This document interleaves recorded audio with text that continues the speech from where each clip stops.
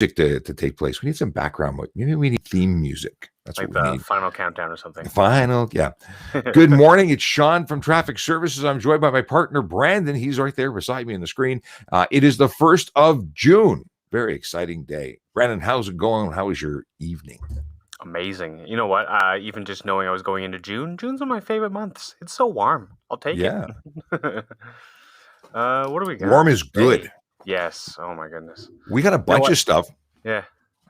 The first being Vision Zero Enforcement Team, 32 Division and 33 Division.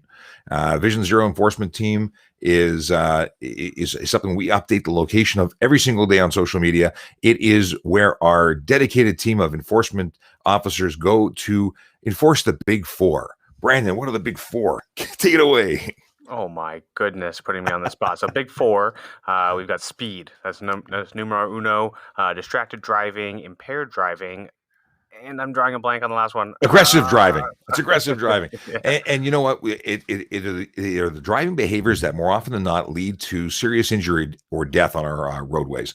And that's why Vision Zero Enforcement Team was created to specifically go after those behaviors, to focus on those so we can reduce serious injury and death collisions on our roadways. And it's a great team. They've got lots of toys, unmarked vehicles, and that's what they do. They go out there and change driving behavior one ticket at a time. That's not to say they don't do education. They do that as well. But there are drivers out there who are still failing to comply with the rules, and they're putting people at risk. So good work done by that team. Absolutely. And we talked briefly about this yesterday, but if you happen to have a sort of a community issue where you live, you find that there's a specific driving issue, go to the Toronto Police website. You can make a complaint there or file a report, and then that can be actioned by an actual police officer or a neighborhood officer who might be able to know how to tackle that problem in your area. Actually, do you want to go through how to file that right now? We can do it as a share screen and walk people through an actual report. I think that'd be fun. Yeah, but maybe when you set that up, if you're going to do that, let's talk about something else. Yesterday, one of our officers gave us a call and let us know that he investigated 3 different collisions, and the 3 collisions over a 24-hour period all involved G1 drivers who were unaccompanied. Beyond that, they were also responsible for the collisions, not because they were G1s, but because they caused the actual collision. And then they happened to be G1s, and they were not properly licensed because they weren't being supervised by a full G driver with 4 years experience. So 3 in that short period of time is shocking to me. Yeah, that's pretty aggressive. And we understand that it's a frustrating time. Some people have their licenses expiring or potentially they couldn't even get booked in for another test so they could graduate to the next level. We understand that. However, it's still a choice of convenience over actual responsibility. So in this case, people who shouldn't have been driving endanger the lives of other folks, and that's really unacceptable, regardless of the circumstances. Yeah, it's exactly what you just said. Driving is a privilege in Ontario, not a right. And there were comments. We put a video about this on social media. It was on Twitter last night. It also went out on TikTok, Instagram, and the video on TikTok went bananas. 206,000 views. Just hundreds and hundreds of comments and shares. Actually, I'm really curious now. Let's see here, the stats. 21,500 likes, 770 comments, 892 shares, just crazy. And the discussion more often was, well, what do you expect us to do because the testing centers won't give us our G2s? Right.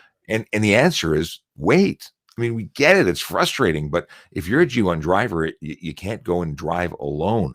And Scott Marshall said it best.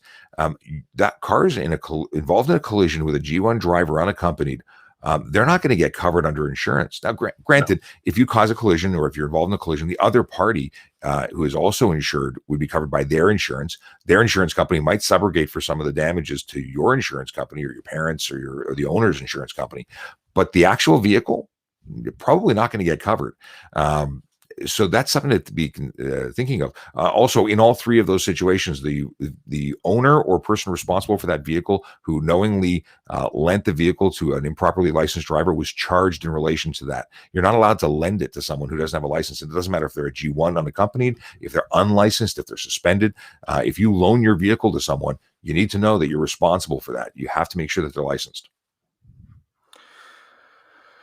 Okay, so that's some deep stuff. So, speaking of Scott Marshall, by the way, we actually are going to have Scott on hopefully again this week. We're going to be looking to make it a regular thing because Scott's got a big old brain and full of information Big we want old to share with brain. you. I think Friday's the day.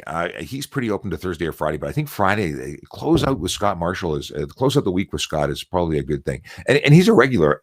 He's already a regular thing. He's been on a number of times. It's Yeah.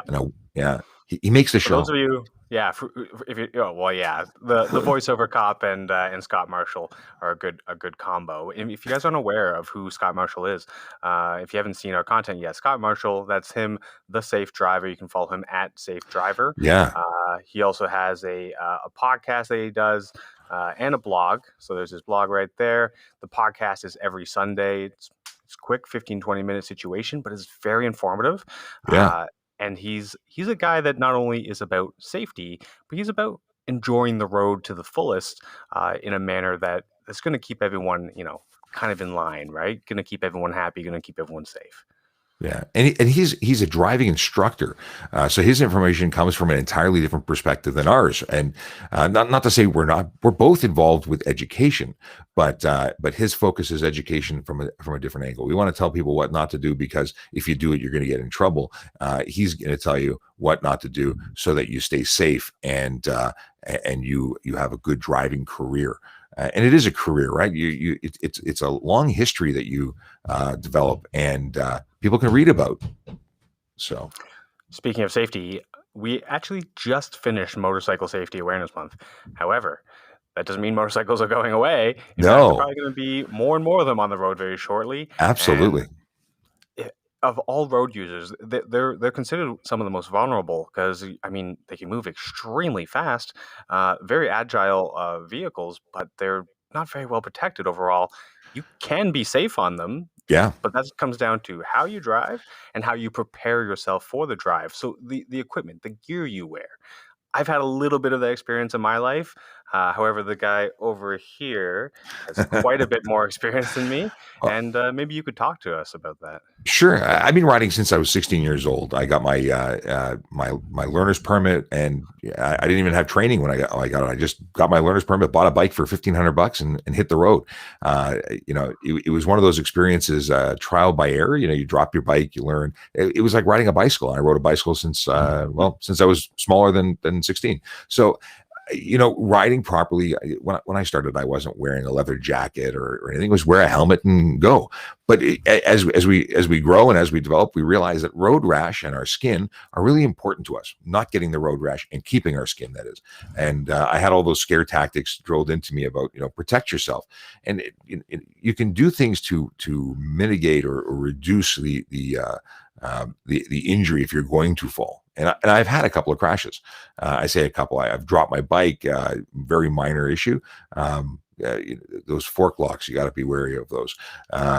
But then I've had serious collisions where on duty I was involved in a motor vehicle collision because a driver pulled out of a parking lot into my path, and we connected, and I went for a short flight. I can tell you that flight school doesn't prepare you for the landing. The launch was okay. The landing sucked.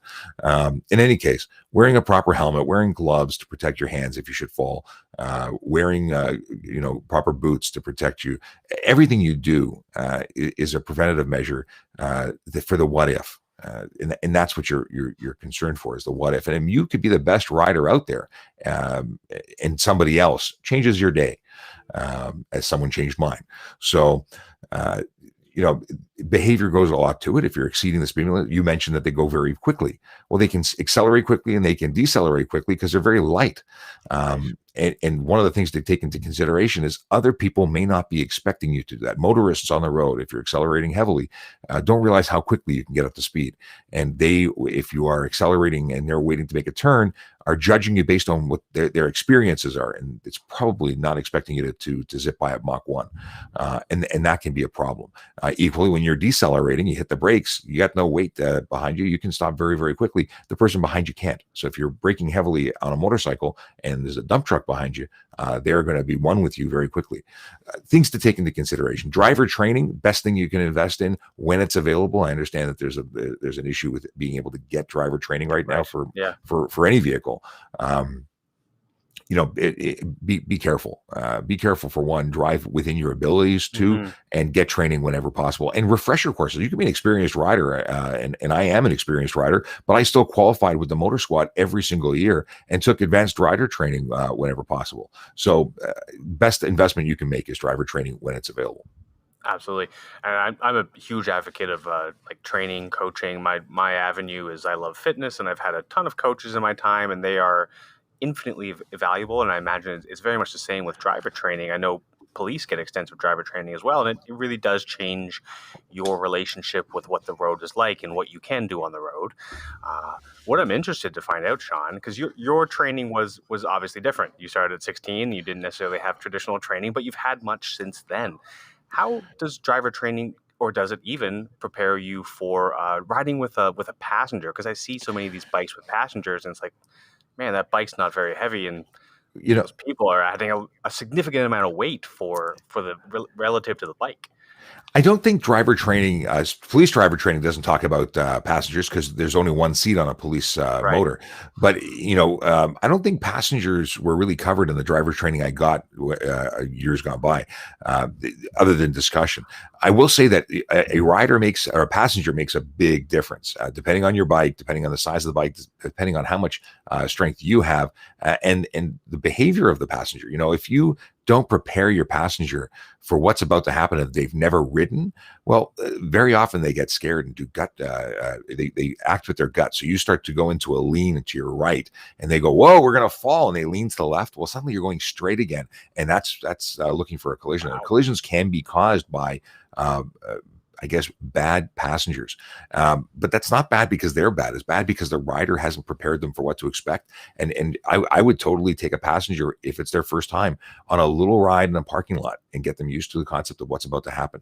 And you know what? It's easy if they're hanging on to you, they're hugging you. Not all motorcycles allow for that riding position. So I've got on my personal bike, I've got a backrest on my saddle, and the passenger is way back, like on a sofa. Well, they can't snug up and really go for that hug, so they can know what you're doing and move with you.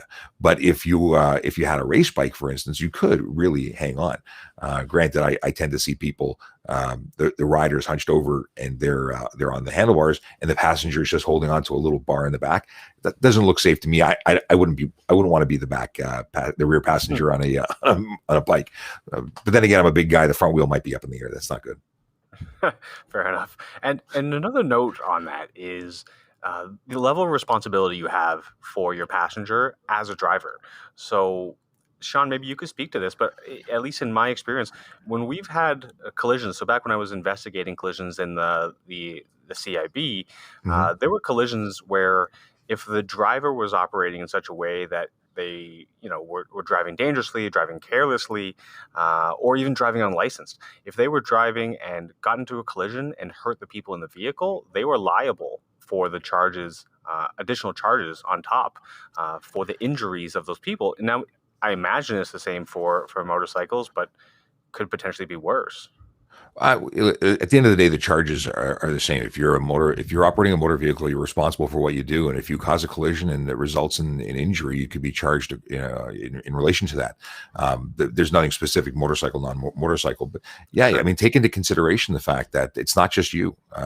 whether it be a motorcyclist who hits a car, or vice versa, a car who hits a motorcyclist.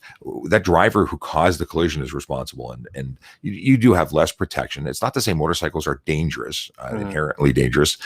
They're just vehicles. A motorcycle, when ridden responsibly, just like a bicycle when ridden responsibly, or even a skateboard, they all have risk, but they can be operated safely. And we really require is that team effort. Traffic safety is a shared responsibility. So if you are on the road, whether you are a motorist, pedestrian, cyclist, if you're using wheels, whatever it is, it's a team effort. We're all looking out for each other, or we should be. And it's that we've talked about it before. Selfish driving, we got to get away from that. We have to be community minded, and with safety being the key. Now, if you're the type of person who also loves the feel of the rubber on the road, loves to ride motorcycles, maybe you're just looking to give to a good cause, support your local Special Olympics and potentially win a Harley Davidson valued at $30,000. Which Yeah. I don't know, maybe you just sell it if you don't like riding, or I, talk to Sean, maybe he'll buy it. Yeah, I don't know if my wife will let me, but at the same time, it is a gorgeous motorcycle. The Toronto Police has supported the efforts of the Ontario Special Olympics, or Special Olympics Ontario, for quite some time. Years gone by, we used to trail that motorcycle to trade shows. Not that motorcycle, but the one we were giving away then. And it's gorgeous. I'd be very honored to win. I got to buy my tickets. I said that last time we talked about this. I haven't done it yet. It's all done online. If you go to harleyraffle.ca, you can purchase your tickets. They've even added a new option. It used to be one $20 for one and three for 50. Now they have a premium option where you can buy more for less. So definitely check out that website. It would be an awesome win.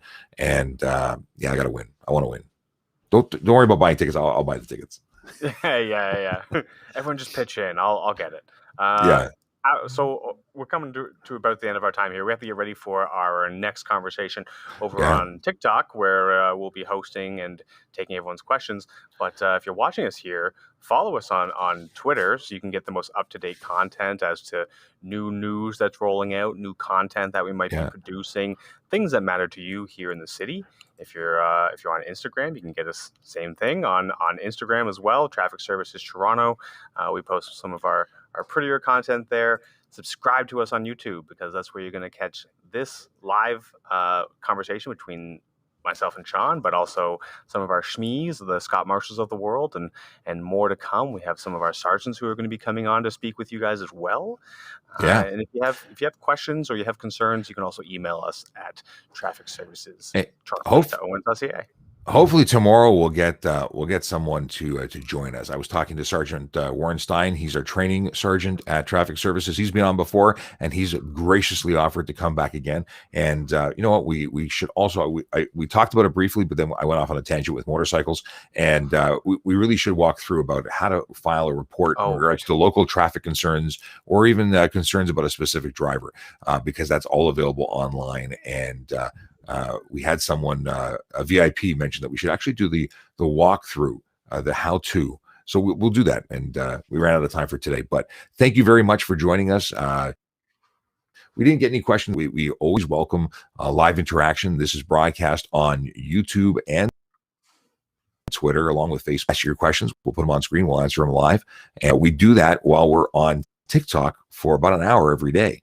So if you have more questions, or if you have any questions, come join us on TikTok. You can grab the app. We are at Traffic Services.